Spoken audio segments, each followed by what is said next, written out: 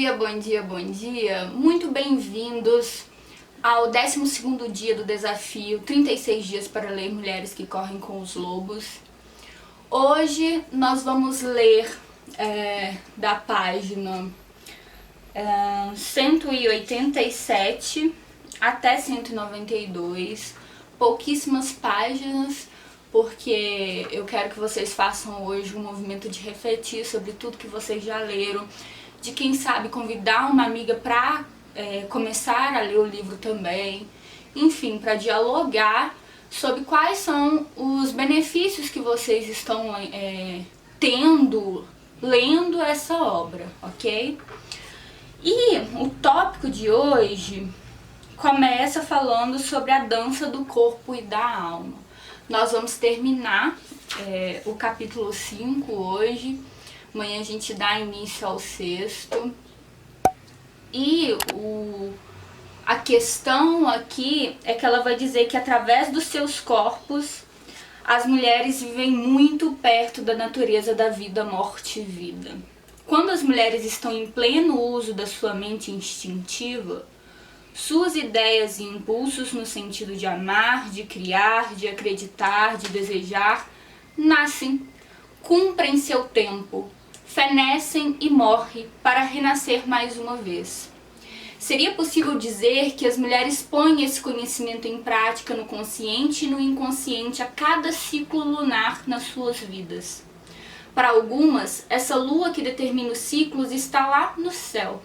Para outras, ela é a mulher esqueleto que vive nas suas próprias psiques. E a ideia é que há um declínio da morte e que o que sobra renasce de um jeito inesperado e por meios inesperados. É um ciclo de vida, morte e vida que a gente tem que compreender para que a gente possa viver bem consigo mesma e com o outro. Todas nós, mulheres, temos que entender essa dinâmica, inclusive eu. Ela diz, hoje eu vou me possibilitar ler mais porque eu gostei muito do que ela escreve aqui no final desse capítulo, ok? Logo vai ser quase uma leitura guiada aqui entre a gente. Ela fala na página 188, às vezes os homens que ainda estão fugindo da natureza da vida, morte e vida têm medo de uma mulher dessas, porque pressentem ser ela uma aliada natural da mulher esqueleto. Logo, homens que percebem que essa mulher está conectada com a mulher esqueleto, que está conectada com a mulher selvagem, que está conectada com a Baba Yaga, eles têm medo dessa mulher, porque essa mulher é forte. Essa mulher, ela entende a morte como transformação espiritual, e isso é assustador para homens que não compreendem que a mulher tem uma natureza dual e que a mulher é muito mais do que ela transparece. E ela continua na página 188. Às vezes, aquele que está fugindo da natureza da vida, morte e vida insiste em pensar que o amor é apenas uma dádiva. No entanto, o amor em sua plenitude é uma série de mortes e de renascimentos. Isso é muito importante, porque a gente fica querendo o relacionamento perfeito, e não é. A paixão morre e volta, a dor é espantada para longe e vem à tona mais adiante. Amar significa abraçar e ao mesmo tempo suportar inúmeros finais e inúmeros recomeços, todos no mesmo relacionamento. É um ciclo de vida, morte e vida, inclusive no seu próprio relacionamento. Há características que modificam em vocês, vocês crescem juntos e você não é a mesma pessoa de quando conheceu o seu parceiro. Há uma transformação em você natural. O relacionamento tem que dar conta desse ciclo de morte, vida e morte. O processo se complica com o fato de que grande parte da nossa cultura excessivamente civilizada tem dificuldade para tolerar que tiver natureza transformadora. Tudo que o devir, a mudança, ela assusta, a transformação ela assusta, e nós não estamos acostumados com a ideia de que as coisas irão se transformar. Ela deixa bem claro isso. Na página 189, ela traz uma história de uma mulher que recebe na sua casa um viajante que é chamado de morte. A velha não sente medo. Ela parece saber que a morte tanto dá a vida quanto distribui a morte. Isso é muito importante. A morte não é só o término de algo, é o início de outras coisas e outras possibilidades. Logo, ela é morte e vida. Ela sabe que a morte é a causa de todas as lágrimas e de todo o riso. Ela diz ao viajante que ele é bem-vindo ao seu lar, que ela o amou durante todas as colheitas. E aí, enfim, ela conta essa história, que a mulher afirma conhecer a morte, que já dançou com a morte, que já chorou com a morte, e que pode dar instruções porque ela conhece bem os passos. Para fazer amor, se queremos amar, bailamos com a muerte. Dançamos com a morte. Haverá enchentes, haverá secas. Haverá recém-nascidos, natimortos e ainda o renascimento de algo novo. Amar é aprender os passos. Fazer amor é dançar a dança. A natureza da vida, morte e vida não só nos ensina a acompanhar esses ciclos da dança, mas nos mostra que a solução para o mal-estar está sempre no contrário. Portanto, novas atividades são a cura para o tédio. Olha que interessante isso. A intimidade é a cura para a solidão. A solidão é a cura para a sensação de falta de espaço.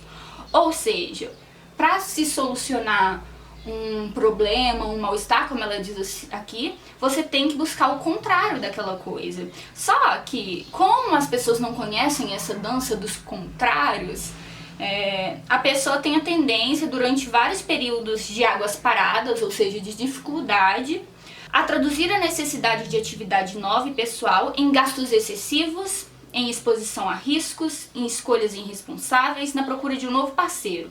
Esse é o jeito do tolo ou do pateta. É a solução dos que não sabem. A gente vê muito isso, né? Quanto a gente libera todas as nossas energias, as nossas ansiedades na compra, por exemplo.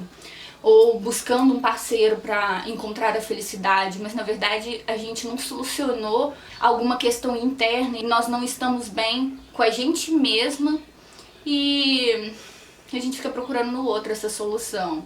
Enfim, né? É o jeito do tolo e do pateta. Não seremos mais esses tolos e patetas. Se não for por outro modo, aprendemos acerca dessa natureza mais sombria quando aceitamos o fato de que o mundo não é lindo, de que chances são perdidas, de que oportunidades surgem inesperadamente, de que os ciclos da vida, morte e vida prevalecem, quer queiramos ou não. É isso, né? As coisas não são completamente lindas o tempo todo, a nossa vida não é perfeita o tempo todo e a gente tem que aceitar isso, porque mesmo que a gente não aceite, vai continuar sendo dessa forma. Nós temos que aprender a viver da melhor forma possível com o que temos. Na página 191 ela diz então: deduzimos da história que a doação do corpo é uma das últimas fases do amor. É assim que deve ser. Ela faz uns 2 parágrafos aqui analisando isso, que esse processo natural da vida, morte e vida nos relacionamentos deve ser respeitada e que a doação do corpo ao parceiro deve ser o último processo, deve ser a última fase, porque senão a gente só vai se entregar aos prazeres do corpo e não necessariamente a gente vai construir algo duradouro. Nessa parte eu não consigo concordar com ela completamente. Eu entendo o que ela está dizendo, que nós não devemos escolher um parceiro apenas pelas questões do prazer do corpo, mas, né, a questão de que deve ser o último passo do relacionamento, nós já podemos discutir se é válido ou não essa questão. E aí, na 192, que é a nossa última página de hoje, ela diz: para descobrir essa eminente conselheira da vida e do amor, basta que paremos de correr, que a desemaranhemos um pouco, que encaremos a ferida o nosso próprio anseio de compaixão, que dediquemos nosso coração inteiro a esse processo. A mulher, o esqueleto, então, mostra que o caminho do coração é o caminho da criação. É assim que o relacionamento amoroso deveria funcionar, com cada parceiro transformando o outro.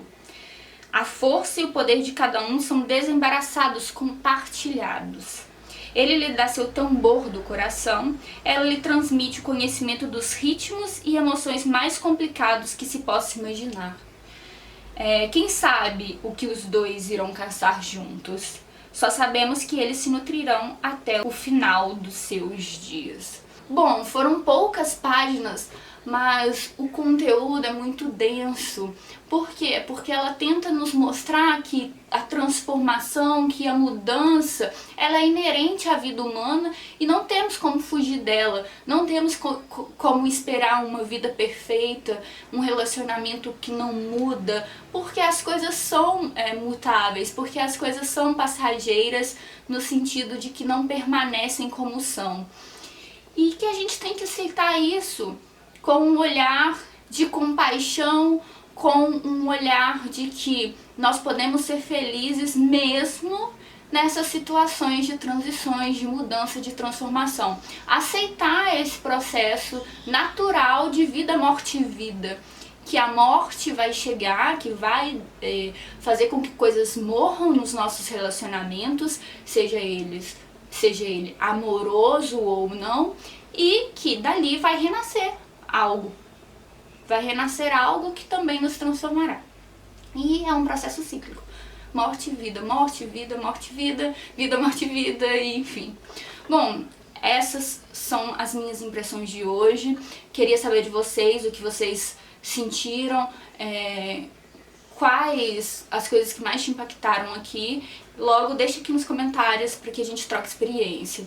E espero vocês amanhã para que a gente dê continuidade e comece logo esse capítulo 6. Até mais!